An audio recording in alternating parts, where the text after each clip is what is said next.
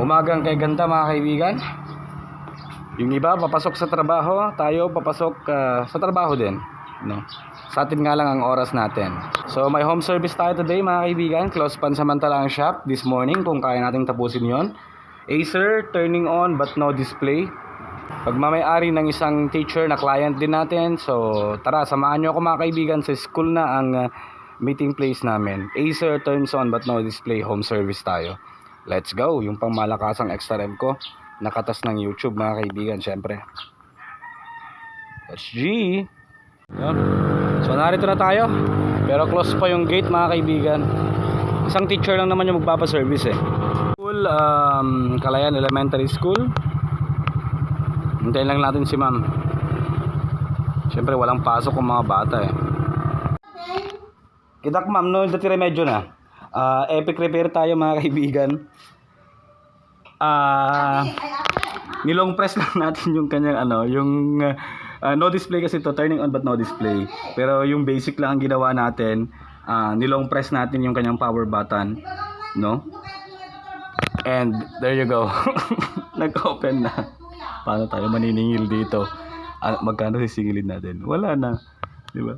Magic repair lang Nilong press lang natin yung power button for about 30 to 60 seconds. And there you go. Boom, nag-display na siya. Nako po. Ay, nako. Epic repair mga kaibigan. So, siguro gagawin na lang natin itong charger ni ma'am.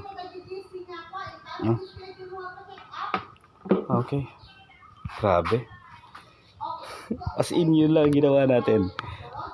Long press ang power button. Boom. Minsan, ganun kasi sa mga Acer di ba? Ay, nako. Epic.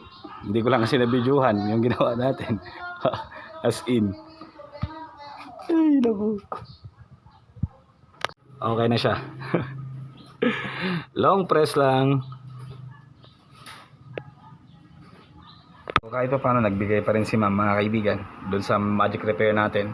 Syempre, nag-gas din tayo. And nagbigay si ma'am ng 300. Tapos ito, magpapa-activate ng office kasama rin ni ma'am. So sakto lang din mga kaibigan, no? 300 plus sabihin mo na to mga 500 MS Office. Ganun tayo maningil mga kaibigan. Kasi binabayaran natin yan. Amen. Yan. So okay lang, hindi sulit.